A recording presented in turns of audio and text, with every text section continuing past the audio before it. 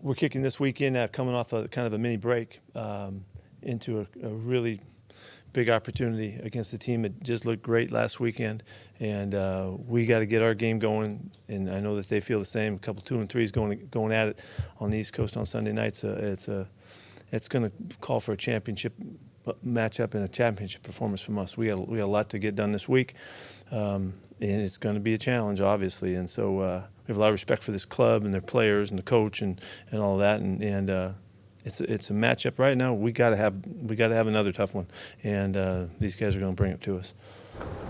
What happened with Trey Flowers? Ultimately, why did that not work out? I think it was time for a change for him as well. You know, he had a couple guys that are getting some play time ahead of him, and I love that guy. You know, I love the kid, and I've been working with him as close as anybody I've worked with since I've been here, and I feel it's better for him to get out of here and get going again. There's a lot of teams that need corners, and I hope he gets a great shot.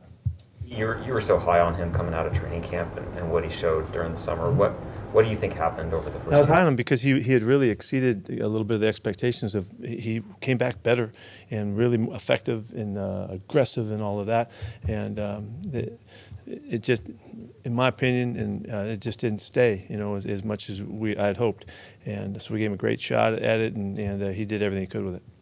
Were you surprised that he axed out? Or did he act out? Did he what? Did he request to be out, like to? No. He never said anything like that to me, ever. He did not request to be released? Not to me. What ultimately was his biggest shortcoming? He had the physical traits. He did a lot of good stuff. He's a really good technician and all, and just got, you know, and you got to finish the plays and make the plays, and then come back when you don't, and you know, and just got to find success. Got to find successful plays to build on, and there wasn't, you know, it's just his time to go on. It really is. And that's enough to say.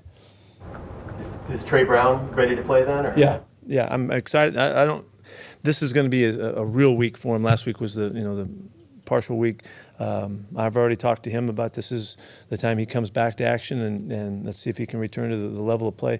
When he got hurt, he was right at the verge of competing to be, you know, in playtime, and he'd done a lot of positive things, and unfortunately his knee acted up and he couldn't respond right then. But so I'm going back to where he was, and like I said to him today, let's pick up where you left off and show us that you got your stuff together, and let's see what that leaves you in the competition of it. So he'll be battling, but he's full go and ready to go. What have you thought of Sidney Jones' play the last 2 games? It was a quiet game for Sidney for the most part. This game, you know, there were some plays last week that you know, he knocked off some rust, some things that he saw last week he did better this week, and so he's a really smart kid and aware and all of that. Just needed to get out there with us, and unfortunately, you know, the first time out there was a couple plays. He played a good, solid game. Didn't get the ball really went on the other side of the field a little bit more than his way. You started rookie quarterbacks before. What's your apprehension about this with Trey Brown? If he I don't have any apprehension. If you remember, we started Richard when we had to, you know, back in the day, and that was probably the first guy that was a rook. I don't have any apprehension. You just got to get him back on the field. And you know, last week we were in walkthrough all week long. This is his first week back. We drafted him to let him compete for the job and see what would happen, and we're sticking to that. That's what's happening right now. Is he still on the left side? You'll have to find out, I guess. I'm not giving you that one. No reason. When you look at the Steelers, what has Najee Harris brought to their offense? Boy, he's been consistent, man. He's a really competitive football player. They've just gone to him so much. He ran the ball a bunch already, caught a bunch of passes, leading receiver on the team. That's their running game. You know, they're really committed to him, which, you know, is a great pick for them to do that. And he's real creative and really aggressive, and he's bigger than most guys. You know, he's over 230, and he runs through people and makes you miss and makes you bounce off, and real effective football player. He's really a good player. They've completely overhauled their offensive line from last year to this year. What have you seen from that group as the season's progressed? Well, they've been a little bit banged up at tackle, and the young guys inside are doing a nice job, you know, and they're so. I know Banner's trying to get back. I don't know when that happens, and we'll see, you know, how it goes. But the young guys are really coming through. I think that's this thing that I noticed the most. Have you learned anything about Gino kind of going through this just the last few days for the first time with him? Well, I was really pleased that he was able to go out on the field the other night and play so well and be on it, you know, because he hadn't had many opportunities. And not that was a surprise. I was just pleased for him and happy for us, knowing that we need him, you know. And so Gino's got a real good position on this team. You know, he has been highly thought of by the organization, by his teammates, and obviously the fans responded too. You know, and we're grateful that he's been with us. And so now that it's his time and his chance to do this and help his club, you know, couldn't be more excited for him. And he's going to be really tuned in. He's really smart. Their scheme and system and all of that, really sharp in the huddle, at the line of scrimmage, all that kind of stuff. He's really good at. So, yeah, he gives himself every chance to be, you know, have a good performance and help us win. What kind of challenges he and the rest of the offense facing in the pressures that Pittsburgh likes to bring? Yeah, well, they have historically been a difficult defense, you know, and they play with a real aggressive style. They don't pressure as much as you might think, but they play very aggressive, and they use their players and move them around to try to get cause problems. And they've historically been a good group, and so they're a challenge. They're a challenge just because their makeup of the play.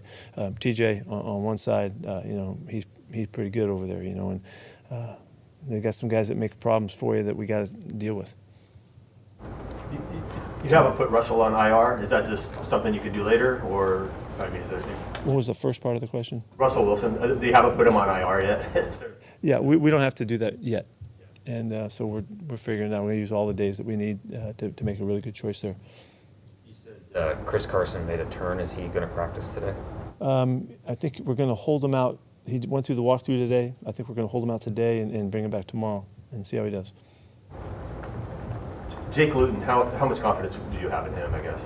Well, Jake, he's been in the system, man. You know, this is his deal. He's been working to get ready for this opportunity. He has not had a lot of work. You know, he's had to do it on the kind of on the back burner, but you know, I've gone back and looked at his games and all the snaps that he's had and all the throws that he's made, just to double check. We've done that before, to see, you know, where he is, and he's capable of making a lot of plays, and so we got to keep it really clean for him and make sure that we don't burden him, you know, if he gets a chance to play, and give him an opportunity to do what he does well. He's got a real good arm, real strong hose, and good release, and he's got good accuracy to him and all that, and so. You know, it'll be a little bit of an experience as we started up because he hadn't had a lot of turns, but he's obviously getting more in practice right now. How is Nigel Warrior close to coming back? I would tell you that he's still a couple weeks away. But he's doing really well, and he's made a lot of progress. And I just checked in on it today, and he's in pretty good shape right now. But it's still a couple weeks. Pete, you were talking the other day about Darrell Taylor. How eager were you guys? Obviously, there's a whole year off, just to see what he could bring to this defense, not getting to look at him at all last year. Well, you know, we didn't have much information at all, so we really, that's why it was so important. I made such a big deal about what he's done in the offseason. He's really ready to, you know, to be given more opportunities now, and he's got off to a really good start. He's growing with us and all that. He's done a really good job on special teams, which is way more of a statement than you guys might realize. For a young guy who's a pass rusher on the edge, to be the first guy down on kickoff teams and be contributing to a great kickoff team and make plays, and then on the punt team and all that stuff that he does, he's all in. And so it's just giving him more. And so his play time and his opportunities will increase. He's earned that. Is the plan still to go back and forth between series with Marquise and Ugo? Would you like to have one guy? We're still using him, you know, splitting time with them. They both deserve to play. What have you seen out of Bless Austin since you've had? He's done a nice job with the system and the scheme and all of that. Kind of like once you cross the threshold and you get him out there, then everything kind of clears somewhat. He just hadn't had his opportunity. You saw we were careful with Sidney as he was coming in, you know, and so he's ready to jump in though. I mean, he's very competitive at practice. He's got a real toughness about him. It won't be too big for him when we get him out there. And so it's just a matter of, you know, if the opportunities are right. You've seen Ben Roethlisberger a number of times over the years. how does he look different, or does he, than a couple of years ago? The emphasis of the ball coming out so fast is really evident.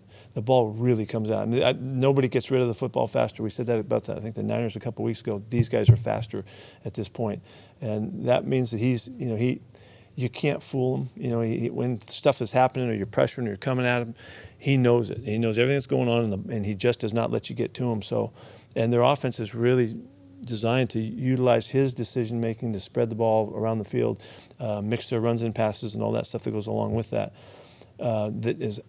Includes a lot of quick perimeter stuff, and so he's really good at doing that, and he can strike you dead. He's still throwing deep balls right on the money, and so he's got a nice crew with him, and with Najee in there to hammer the football, it makes for a nice mix on their offense now.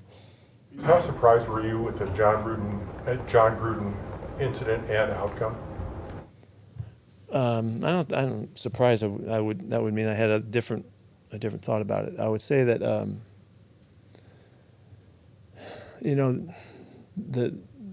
me say this: the times that we're in, and the awareness that we now are growing to understand is crucially important as leaders and people that have a chance to speak out.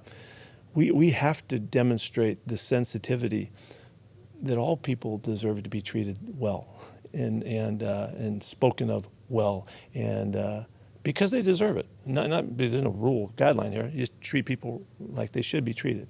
And so when anything comes out that demonstrates that sensitivity is not there, you're getting called on, and rightfully so. And so I'm not saying it's easy. I'm not saying I got it nailed or anything else. I'm just saying we all need to, and as leaders that have a chance to speak out, we got to do a great job of relating that message and being the message and being true and fair to all people. And I think that illustration showed otherwise, and it's too bad. Concerned with how the events transpired in terms of the NFL investigation not related to him? Was I surprised or concerned? What was your first word? Concerned. No. I'm not concerned about that. I mean, it just happened because it was on record, I don't know the ins and outs of it at all, but it's out there, so it was available to somebody and they got it, and the rest is, followed suit. Does it concern you at all about the security of an NFL investigation to have something like this? No, I think this is the world now, Art. I mean, this is, everybody's vulnerable.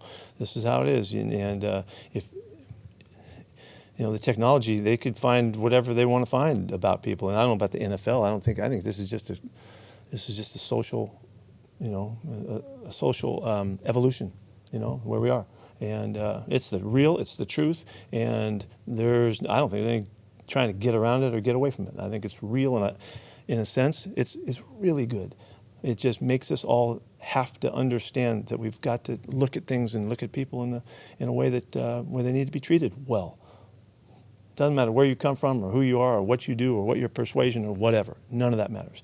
People deserve, and once you start you start making choices, then who you're going to treat well and all that, you're in trouble. That's not the way it should go. So we're learning, and we're all growing, and I hope that we can all be better as these sensitivities continue to become so important to us. And so. You said Gino has a way of making the guys around him feel comfortable. What do you? I can't believe you went right there. What do you see from the guys that makes you say that? Like, how does that matter? Well, Gino's really good quarterback. He really throws the football. He's really athletic. He's tough. He's got a great calmness about him. It's just he's the guy that guys respect. They really respect him because of who he is as an athlete and a player and a teammate.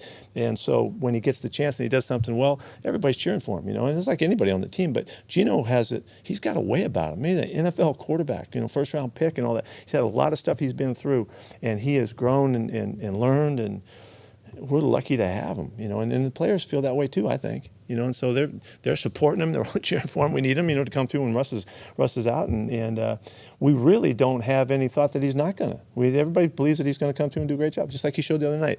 So we need to support him and give him all the help that he needs by playing good ball around him and coaching real well around him and all that, and we'll be really excited to see what the outcome is. On the corners with with Brown and with Austin, and because you don't like to alternate cornerbacks, how much of a leap of faith is it to just eventually, like you did with Jones, just have to throw them in and see how they do? It's a little bit of a leap of faith. Also, it's about the body of work too. You know, if you've seen the guy and you know him really well, and you got how you feel about it. You know, like I've really liked what Trey Brown did. And, I mean, if you guys remember, I was telling you he'd done a lot of really good things. Hadn't had very many negative plays. Hadn't gotten beat, you know, in any kind of way that made him, you know, in consistent ways. So I've been cheering for him to come on, you know, and that's because of the work he did, you know, and he's a tough guy. He plays hard. He's smart.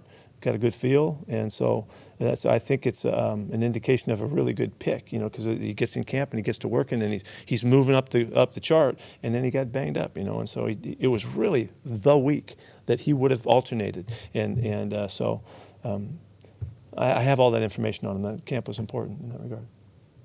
On defense, are you seeing Carlos get more attention from like offense in terms of linebacker or tight end chips and running backs and stuff like that? We have received a lot of the accents that you can do in pass protection. Yeah, and he draws the attention. There's no doubt, and it's just been more so I think than ever. It feels like we're getting a lot more chip protections with the tight end in the back and in different combinations. Wide receivers even involved at times, and it's a little bit of a movement in pass protection in general, you know, and more so. It's not new. It's just we're seeing quite a bit of it. And so teams can actually, you know, 7-man protect, you know, and give their guys a chance to get down the field. And you know, you've got to defend the field even more so because of that. Anything else? Thank you. Thanks.